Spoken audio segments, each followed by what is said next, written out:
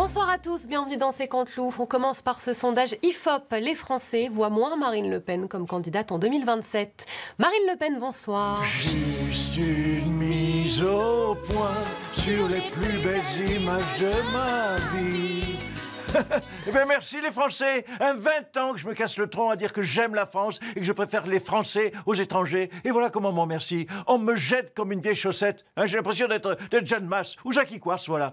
Me dites pas qu'il plébiscite encore Jordan. Alors on dirait que son succès vous gêne alors que ça fait des années que vous nous le vendez comme une pépite. Oui mais bon, il y a 10 ans je vous vendais aussi Florian Philippot comme une pépite. On sait ce qu'il est devenu mon Flo-Flo. Il doit tenir aujourd'hui un salon de coiffure à Dijon. Voilà, non. Je vais vous dire ce qui va se passer. Je vais être blanchi par les juges, voilà, je vais me présenter et je vais gagner. Et dans 10 ans, vous vous demanderez, tiens, qu'est-ce qui est devenu Bardella? Eh bien, il a ouvert une salle de fitness à Drancy, c'est le mieux qu'il puisse faire, voilà. Et en même temps, ça lui irait bien.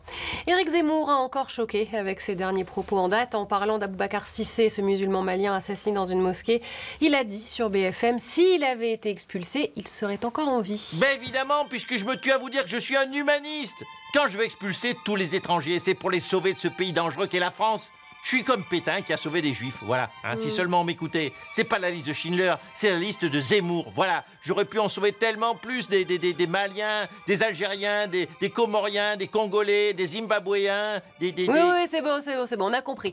Sinon, vous avez regardé le président sur TF1 ? Mais bien sûr, et je suis déçu, nul. Il a même pas annoncé les thèmes de ses référendums. Alors que j'en avais un de super, moi, de référendum. Pour ou contre les Arabes. Ça, en plus, Wauquiez, il aurait adoré. Sûrement. Des écologistes alertent sur la pollution dans le Jura due au comté en proposant de cesser de produire ce fromage. Tout de suite, l'avis de Daniel Cohn-Bendit. Regardez.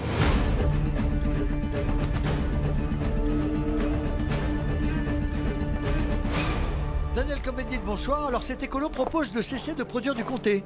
Ben écoute, moi je suis pas responsable de toutes les conneries des écolos. Je m'excuse d'ailleurs auprès de tous les amateurs de fromage qui se rassurent, les jours du comté ne sont pas comptés, voilà. C'est vrai que les Français sont très attachés au comté. Bah ouais, en plus c'est complètement con. Demandez aux gens de choisir entre protéger le Jura ou protéger le comté. Je sais pas si t'as déjà traversé le Jura, mais je te garantis que les gens vont préférer le comté. Passe 24 heures dans le Jura et passe 24 heures avec des potes et une planche de fromage. Ben tu vas voir la différence, hein.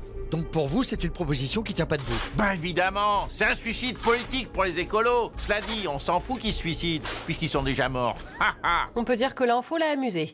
Pour parler de l'omniprésence de son fils Louis, Nicolas Sarkozy est notre invité ce soir.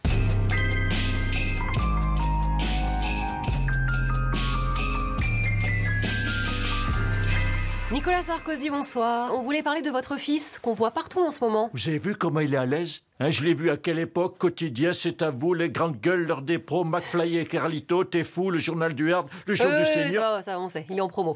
Vous ne craignez pas une saturation? Même à droite, on sent un léger ras-le-bol face à cette omniprésence. Non mais franchement, ils sont gonflés de se plaindre. Pour une fois qu'il y a quelqu'un à droite qui a du charisme. Ils veulent qui? Laurent Wauquiez, Valérie Pécresse? C'est pas Xavier Bertrand, l'assureur là, qui va lui faire de l'ombre à mon Louis, franchement. Vous le voyez se présenter un jour à la présidence? Ah ben écoutez, j'espère le plus tôt possible pour que j'ai une grâce présidentielle. Tout ça pour ça. Patrick Balkany, bonsoir. Qu'est-ce que vous faites? Ah ben là, je suis bloqué à Giverny, je me fais chier. Du coup, la seule magouille que je peux faire, c'est du calvados de contrebande. Et vous pouvez pas vous en empêcher. Bon, Louis Sarkozy, président, vous y croyez? Ah ben en ça, j'en rêve. Parce que les projets de référendum de Macron, ils sont nuls, franchement. Non, la seule question qui aurait été intéressante, c'était pour ou contre la justice, voilà. Parce qu'il y a quand même un truc qui cloche. Tous mes amis honnêtes que j'ai, moi, eh ben, ils ont eu des problèmes avec la justice.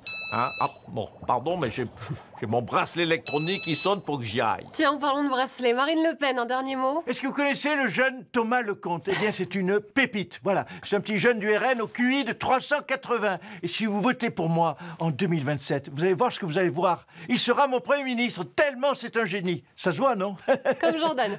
Éric Zemmour, vous vouliez ajouter quelque chose? Ouais, je voudrais m'adresser à mes amis africains. Et là, c'est l'humaniste, le patron d'ONG qui parle. Amis d'Afrique, restez dans votre pays. La France est trop dangereuse pour vous. Ben voyons. Nicolas Sarkozy, vous avez quelque chose à dire? Non, tout à l'heure, je disais mon fils Louis comme président, mais j'ai mieux. Louis XX, roi de France, ça saurait de la gueule. Il rendrait la justice sous un chêne et dirait « Papa, fin du bracelet ». Sous un chêne ou avec Balkany. Allez, salut à tous.